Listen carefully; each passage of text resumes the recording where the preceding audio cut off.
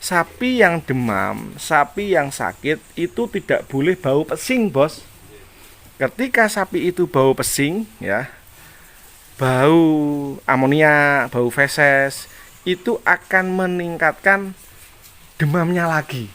Namanya gerakan ruminasi. Dari esofagus kelihatan. Dari esofagus ini akan dipompa, nanti dia ngayem. Beberapa saat masuk lagi, ya, lalu nanti naik lagi. Ya, kalau itu masih ada, insya Allah peluang untuk sembuh lebih besar. Assalamualaikum, Laskar Ngarit Bras dimanapun Anda berada. Jadi hari ini kita berada di kandangnya Mas To, Dusun Grembyang, Desa Temu Asri, ya Bos. Desa Temu Asri, Kecamatan Sempu, Kabupaten Banyuwangi. Jadi ada dua kasus menarik yang bisa kita evaluasi di sini, Laskar Ngarit. Yang pertama adalah sapinya Mas To ini pernah mati, pernah tidak tertolong karena makan bonggol sawi atau ketela pohon. Nah, yang kedua, hari ini kita diminta ya inguk-inguk kandang untuk kontrol sapinya beliau yang kurus, menyusui, demam, dan belum sembuh. Jadi Mas Ngarit, di sini nanti kita bisa melihat resiko-resiko apa yang terjadi bila makan bonggol, oke. Lalu resiko terburuk bila sapi kita terlalu kurus, posisi menyusui dan demam, serta bagaimana yang seharusnya dilakukan pertolongan pertama dan pencegahannya seperti apa. Oke, kita lanjut dulu. Jangan lupa yang baru nemu, please subscribe, komen, dan share videonya.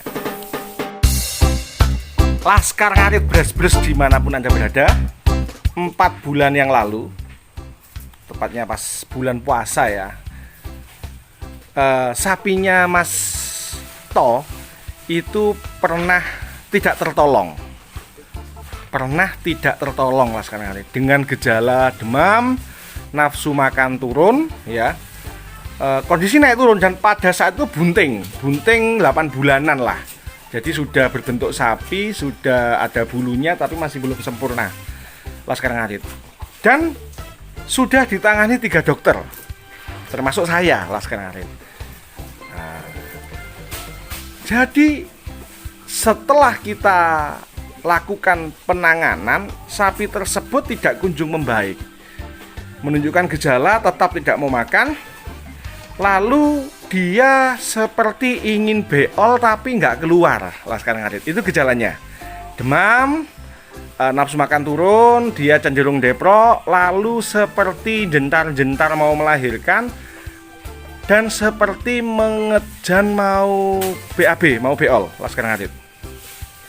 Ternyata setelah sapi tersebut tidak tertolong, dipotong oleh jagal, ya, ternyata sapi tersebut di saluran pencernaannya itu ada bonggol sawi, bonggol ketela atau bonggol telo, ya, yang tidak tercerna di situ di pencernaannya.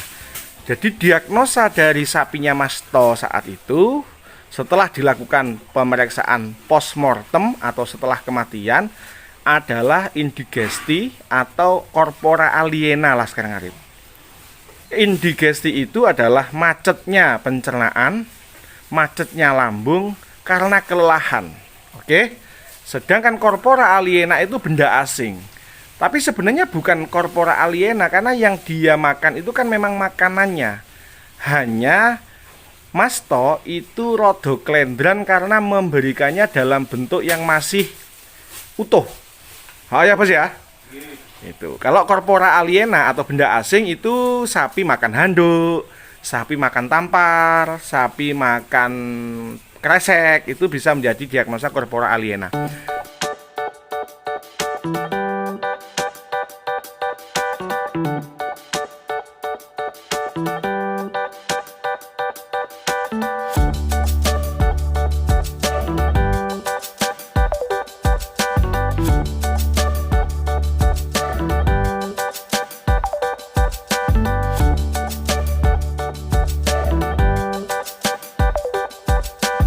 Tetapi yang terjadi di sapinya Mas To itu adalah sapi tidak mampu mencerna makanan karena mungkin terlalu keras, sehingga pencernaan sapi yang merupakan fisik dan kimiawi, mekanis dan kimiawi, enzimatik dan fisik, itu tidak mampu mencerna makanan tersebut, atau tidak tercernanya makanan tersebut karena si sapi lambungnya mengalami indigesti atau kelelahan. Nah, sekarang hari. Oke, jadi dari pelajaran kasus sapinya Mas To ini, kita bisa mengambil kesimpulan bahwa meskipun toh ketela itu aman, tetapi lebih baik diberikan dalam bentuk selepan, ya Bos ya. Atau biasanya namanya apa toh sebutannya? Nama serbu itu apa toh? Bukan, ya namanya biasanya yang dijual-jual itu loh, lali aku. Ampasnya ketela itu loh Bos. Ah, dalam bentuk gamblong. Kalau dalam bentuk gamblong, selama racun sianidanya sudah hilang dengan cara direndam, itu lebih aman diberikan. Tapi kalau bonggol dan kulit itu cenderung beresiko lah sekarang hari. Itu pelajaran yang kita peroleh dari kasus sapinya Mas To. Waspada pada pemberian gamblong. Pada pemberian ketela yang masih utuh atau cacahan yang terlalu besar. Itu. Tetapi tetap kesimpulannya ada dua dugaannya. Bisa memang tidak tercerna karena terlalu besar cacahan si ketela itu, Laskar Ngarit, atau memang ketela itu tidak bermasalah di sapi yang lain, tetapi bermasalah di satu sapi yang memang lagi mengalami indigesti, Laskar Ngarit. Itu pelajarannya, nggih, lebih waspada. Oke. Lalu Laskar Ngarit di materi yang kedua adalah saya diminta kontrol sapinya Mas To yang ini, di mana sapi ini sedang menyusui ya. Kita tahu BCS-nya meskipun belum kurus banget, tetapi body condition score-nya dia 2,5 atau menuju 2,5 menuju 2. Nah, sapi ini tadi kita ukur suhunya itu 40,1. Dalam posisi kurus, sapi demam itu akan menjadi lebih kompleks Laskar Ngarit. Kompleksnya di mana? Bila sapi yang gemuk atau sapi yang body condition score-nya masih 3, masih 2,5 ke atas, masih 3,5, itu dia memiliki metabolisme yang masih oke, memiliki kekuatan tulang, saraf dan otot, pencernaan, pernafasan yang masih oke. Tetapi bila, nah ini catatannya, bila terjadi pada sapi dengan posisi kurus yang pertama, yang kedua sapi ini menyusui, maka akan menjadi lebih kompleks.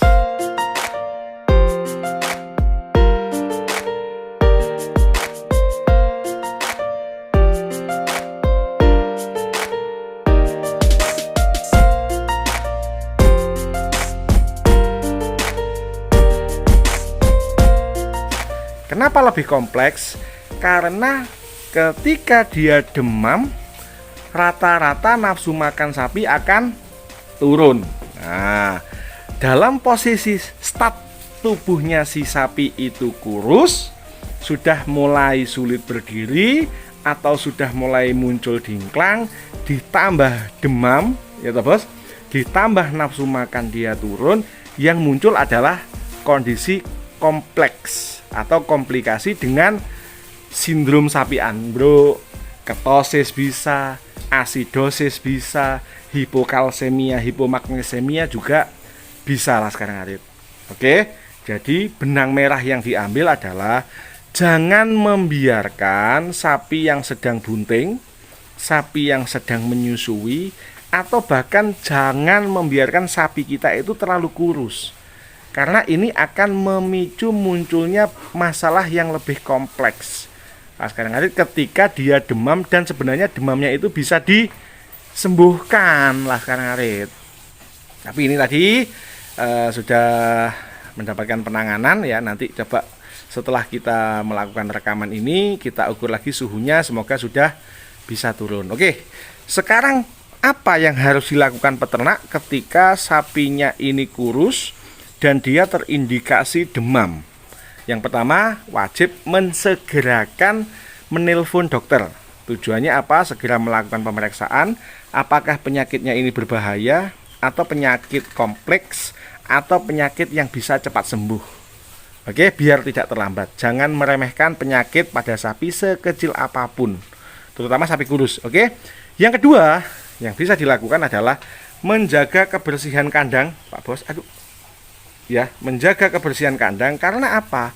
sapi yang demam, sapi yang sakit itu tidak boleh bau pesing, Bos.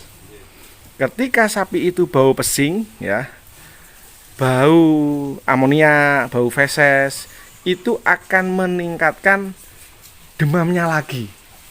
Jadi seharusnya sapi itu sembuh dengan sekali injeksi, karena aromanya pesing, aroma amonia terhirup berlebihan bisa menjadi lebih demam dan harus baleni nyuntiknya. Itu yang kedua, siap. Yang ketiga, peternak wajib ngakali bagaimana caranya sapi ini tetap memiliki ketertarikan untuk makan. Entah mencoba variasi rumput, apa mencacah, atau malah mencampurnya dengan garam. Pak Bos, biasanya kan diwuri garam kan rodok terobsesi makan sapi itu. Jadi tetap memastikan sapi tersebut makan. Bila tidak mau makan, maka masuk ke opsi yang keempat, wajib menyuap. Jadi menyuap supaya tetap ada makanan yang masuk, supaya tetap terlihat air liur terbentuk sehingga lambungnya tidak semakin macet. Nah, sapinya Mas Toh ini perlu Mas Toh kalau pas longgar gitu ya, duduk di sebelah sini jenengan lihat apa masih ada gerakan dorongan makanan dari lambung ke untuk digayemi. Namanya gerakan ruminasi. Dari esofagus kelihatan. Dari esofagus ini akan dipompa, nanti dia gayem. Beberapa saat masuk lagi ya, lalu nanti naik lagi. Ya, kalau itu masih ada, insya Allah peluang untuk sembuh lebih besar. Karena tidak terjadi kemacetan lambung. Nah ini Mas Toh ini kapok encet rek. Jadi dengan kematian sapi yang sebelumnya itu waduh, betul-betul trauma nggih Pak Bos ya. Itu yang kelima, Laskar Ngarit bisa memberikan air gula. Gula merah boleh, gula putih juga boleh. Supaya apa? Tidak kekurangan gula sapinya, tidak sampai membongkar persediaan protein atau lemak yang ada di dalam tubuh.